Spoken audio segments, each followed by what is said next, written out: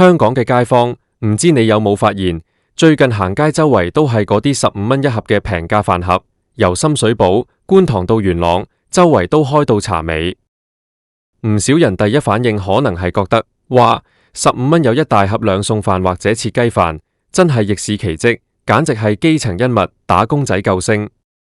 但係你又有冇諗過，當一個城市嘅核心商業區、住宅區全部都充斥住呢種超越常理嘅超低價餐飲嘅時候，背後代表緊啲乜嘢？我今日好直白咁話你知，呢種表面上嘅抗通脹神器，實際上係成個香港餐飲業，以至我哋每一個人生活品質嘅集體自殺。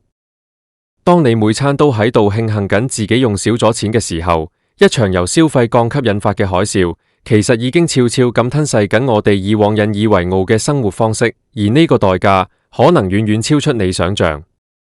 我哋先嚟計一條好現實嘅數，喺香港做生意最避唔開嘅就係三座大山：租金、人工、食材成本。今時今日一個洗碗工嘅人工要幾多？一個熟手廚師嘅人工要幾多？再加上鋪租、水電煤氣，一盒賣15蚊嘅飯，佢嘅成本到底要縮到幾極端，先可以有一丁點嘅利潤？答案顯而易見，呢啲15蚊平價餐，佢嘅生存邏輯只有一個，就係全方位嘅極致壓榨。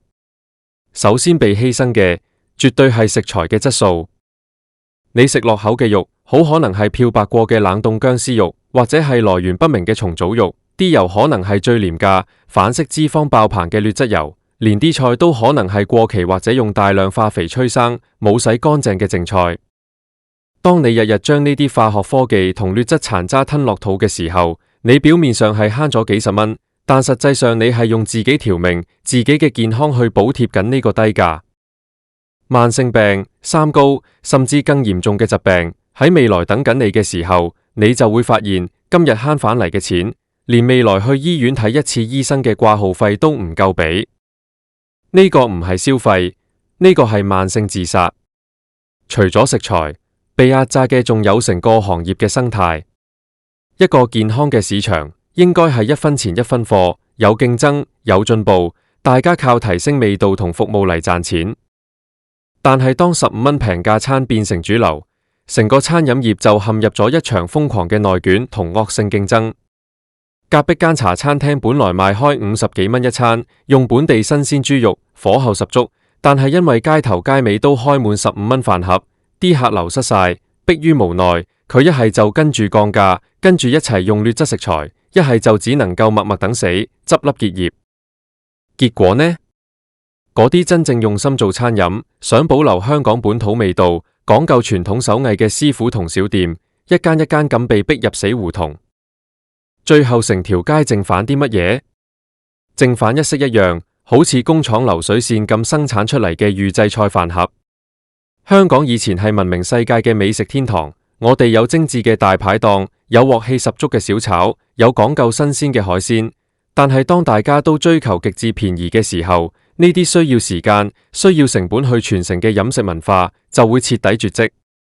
我哋親手用自己嘅銀包投選出一個連一餐安樂茶飯都食唔到嘅美食荒漠。更深層次嘅問題係，呢種消費降級背後折射出嚟嘅係成個社會經濟結構嘅崩塌。點解咁多人要去爭住食15蚊嘅飯？因為大家對未來冇晒信心。大環境唔好，減薪、失業潮湧現，好多人份糧可能退返去10幾年前嘅水平。當一個30幾歲、正值黃金年華嘅打工仔，每日放工嘅小確幸只係可以買到個15蚊嘅飯盒，而唔係同朋友去居酒屋飲杯嘢，或者去食餐好嘅，呢個社會嘅經濟活力就已經死咗一半。因為餐飲業賺唔到錢，餐飲業老闆就唯有減員工人工，或者索性裁員。員工人工少咗，自然更唔敢消費，又去買更平嘅嘢。呢個就係恐怖嘅通縮惡性循環。你以為自己只係買咗個平飯盒，其實你係加入緊一個將自己人工都一齊拉低嘅漩渦入面。當成個城市嘅消費力都降到最低點，各行各業都會跟住萎縮，最後受害嘅依然係作為打工仔嘅我哋自己。好多人會反駁話，香港人咁聰明，生活逼人，靈活變通下揾平嘢食有咩問題？但係我哋要分清楚，物美價廉同病態低價係兩回事。喺香港呢個高成本嘅城市，15蚊餐已經超越咗正常商業運作嘅底線。它唔係因為科技進步帶來嘅成本下降，而係靠剝削食物安全、剝削勞工權益、剝削生活尊嚴嚟達成嘅。當你覺得食15蚊飯好正常嘅時候，你嘅心態已經在不知不覺中被馴化咗。你開始接受自己只配食呢啲好似精料一樣嘅食物，你開始放棄對生活細節嘅追求，你開始覺得返工咁辛苦，生存咁卑微係理所當然。這種精神上嘅妥協，比物質上嘅貧困更可怕。它會摧毀一個城市嘅活力同創造力。一個充滿住求其啦，有得食算啦，最緊要平分為嘅社會，係唔可能產生出任何有價值嘅創新同文化嘅。我哋不妨回想一下，以前嘅香港係點樣嘅？即便是幾十年前經濟剛起步嘅年代，我哋嘅長輩雖然辛苦，但係對生活依然有一份執着同要求。收工去冰室飲杯絲襪奶茶，吃個剛出爐嘅菠蘿油，假日常聚酒樓一盅兩件，呢啲唔單止係填飽個肚，而係一種社交，一種對勞動成果嘅肯定，一種生活嘅儀式感。但係依家呢？15蚊嘅平價餐，通常都係用個發泡膠盒裝住，你行喺條街度，好似趕時間咁，求其揾個公園角落，或者匿喺後巷，用幾分鐘時間吞落肚。呢個過程完全冇任何享受可言，純粹係為咗維持生命特徵而進行嘅燃料補充。當我哋嘅生活被簡化到只剩低生存兩個字，當我哋連食飯都變成一種將就同妥協，我哋生活嘅品質、尊嚴同幸福感，到底還剩返幾多？更令人擔憂嘅係，呢種平價陷阱具有極強嘅傳染性。它唔單止停留在餐飲業，現在已經蔓延到零售、娛樂，甚至醫療等各個領域。周圍都係10蚊店、2蚊搭車優惠嘅依賴，各類極低端嘅消費模式大行其道。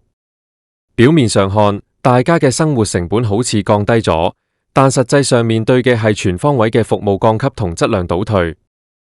長此下去，香港原有的高效、優質、專業嘅城市標籤將會被徹底撕掉，取而代之嘅係平庸、劣質同廉價。我們正在用短期嘅慳錢快感，去透支呢個城市幾代人建立起來嘅競爭力同金錢無法衡量嘅生活品味。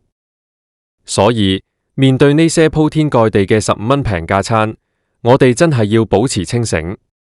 這絕對唔係一個值得去慶祝或者推廣嘅現象。相反，它是餐飲業在絕境中嘅集體自殺，是成個社會經濟亮起嘅血紅色警號。作為消費者，我哋當然有選擇平嘢嘅權利，但係我哋心裏一定要明白，呢個世界無免費午餐，更無不切實際嘅平價晚餐。如果我們想追求更好嘅生活，想呢個城市重拾昔日嘅光輝，我哋就必須要對呢種病態嘅消費降級說不。在自己能力範圍之內，多啲去支持那些用心做食物、堅守品質嘅良心小店，因為你每一次嘅消費，唔單止係買一份食物，更係在你為自己想過一個點樣嘅人生，為香港想要一個點樣嘅未來，投下至關重要嘅一票。不要讓15蚊嘅現實妥協，真正毀滅咗你本該擁有嘅精緻生活。當我哋深入去睇呢個現象，你會發現成個城市嘅步調都因為呢種低價競爭而變得好畸形。你想下，一間鋪頭如果每日要靠賣幾百個，甚至上千個15蚊嘅飯盒先至勉強夠交租同出糧，佢嘅工作環境會變成點？廚房裏面嘅工友要好似機械人咁，不眠不休咁切菜、炒菜、打包，完全冇時間去講究衛生，更加冇空間去研究點樣將個菜式做得更加精緻、更加好食。這種極高強度、極低回報嘅工作環境，只會令到更多年輕人對餐飲業望而卻步。長遠落去，成個行業會出現嚴重嘅斷層。當老一輩嘅師傅因為賺唔到錢而退休收山，而生力軍又因為睇唔到前景，覺得呢行又辛苦又低薪而拒絕入行，香港餐飲業嘅根基就會被徹底挖空。到時，就算你有錢想食餐好嘅，可能都已經揾唔到一個真正識得掌握、真正明瞭傳統手藝嘅廚師。呢種文化同技術嘅斷代，先至係最不可逆轉、最令人痛心嘅損失。好多人可能會話，大環境係咁樣，個個都冇錢，你叫人點樣夾硬去消費貴嘢？冇錯，經濟週期有高有低，每個人都要面對現實嘅生活壓力。但係面對壓力同選擇放棄生活質量，是完全不同嘅概念。所謂嘅不妥協，並唔係叫你餐餐去食米芝蓮3星，亦唔係叫你打腫面皮充胖子，而係在我們有限嘅預算入面，依然保持對食物嘅尊重，對健康嘅重視。例如，與其日日食那些高油高鹽、來源不明嘅15蚊劣質便當，不如一星期入面有幾日自己買新鮮食材返屋企煮。雖然要花少少時間，但起碼食得安心，食得健康。又或者減少一啲無謂嘅零碎開支，將預算集中起來，去支持那些雖然貴少少，但係誠意滿滿嘅街坊小店。我們要讓那些真正用心經營嘅人有生存空間，成個社會嘅商業生態先至有可能慢慢復甦。你有冇留意到，當15蚊餐越開越多嘅時候，街頭巷尾原本好有特色嘅雜貨鋪、咖啡店、手作店都慢慢消失咗，取而代之嘅，除咗平價飯盒店，就係那些連鎖嘅低端夾公仔機鋪或者雜貨賣場。成個城市嘅街景變得越來越單調，失去了以前那種百花齊放、充滿生活氣息嘅生命力。香港最迷人嘅地方，本來就在於它嘅多元同包容。你可以喺同一條街道見到幾十年歷史嘅傳統蛇羹鋪，亦可以見到新潮嘅文青咖啡廳。但係當惡性嘅消費降級席捲而來，這種豐富嘅城市肌理就會被無情咁抹殺。大家都只能在價格戰嘅泥潭入面苦苦掙扎，失去咗對美感、對創意、對生活品味嘅追求。一間無咗特色小店、無咗飲食文化，只剩低生存最低標準嘅城市，仲算唔算得上一座國際大都市？我們每個人住喺度，仲可唔可以感受到那份自豪同歸屬感？其實，這場平價餐飲嘅狂歡，本質上就是一場慢性嘅割韭菜。那些推出超低價餐飲嘅大集團或者連鎖店，佢哋往往有強大嘅資本可以燒錢，可以透過短時間內嘅虧本或者微利，去將周圍嘅個體小店全部熬死。等成個市場被佢哋壟斷，大家冇得選擇嘅時候，你以為佢哋仲會保持15蚊嘅價格？到時佢哋就會理所當然咁加價，而你手頭上已經失去咗所有可以提供優質食物嘅替代品。這就是資本最殘酷嘅地方。當你今日在為賺到幾十蚊差價而沾沾自喜嘅時候，其實你正在為自己未來被任意宰割而鋪路。這也是為什麼我一直強調，不能只看眼前嘅小便宜，一定要睇清背後嘅長遠代價。我哋再從健康嘅角度去探討下，香港人嘅工作時間長、壓力大，是全世界出咗名嘅。在這種高強度嘅生活節奏下，一餐營養均衡、安全衛生嘅飯，是我們身體能夠撐落去嘅唯一本錢。那些平價飯盒，為了追求重口味，掩蓋食材嘅不新鮮，往往會加入大量嘅雞粉、味精、化學醬油以及過量嘅鹽分同劣質食油。長期食用呢些高鈉、高反式脂肪嘅食物，對心血管、肝臟同腎臟嘅負荷是極之巨大嘅。在不知不覺中，你嘅精神變得越來越差，免疫力下降，身體頻頻出現小毛病。你以為是自己年紀大咗或者返工太累，其實很大程度上是因為你每日吃進肚入面嘅燃料根本就是有毒嘅劣質品。用損害健康去換取短期的金錢節省，這是世界上最愚蠢、最蝕本嘅交易。健康一旦失去咗，用再多嘅錢都買唔返。這種消費心態嘅轉變，亦在默默影響緊下一代。你想下，如果我哋嘅下一代從小到大見到嘅飲食文化就是發泡膠盒、預製菜，15蚊買個飽，佢哋長大之後，仲點會懂得去欣賞什麼叫做烹飪藝術？佢哋仲點會明白什麼叫做對食材嘅敬畏、對廚藝嘅尊重？一個無了飲食審美嘅世代，佢哋對生活嘅其他方面，例如藝術、文學、建築，必然亦會傾向於追求廉價同快餐化。這才是最深遠、最讓人感到恐懼嘅文化斷層。一個城市嘅精緻度同文明程度，往往體現在細節之中，而飲食就是最直接、最貼近生活嘅一環。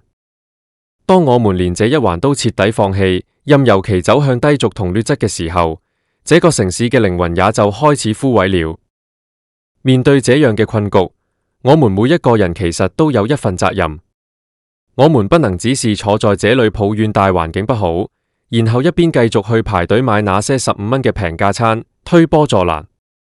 改變要由我們嘅心態開始。我們要重新去定義什麼叫做精明消費。真正的精明不是盲目追求數字上嘅最低，而是追求性價比嘅合理平衡。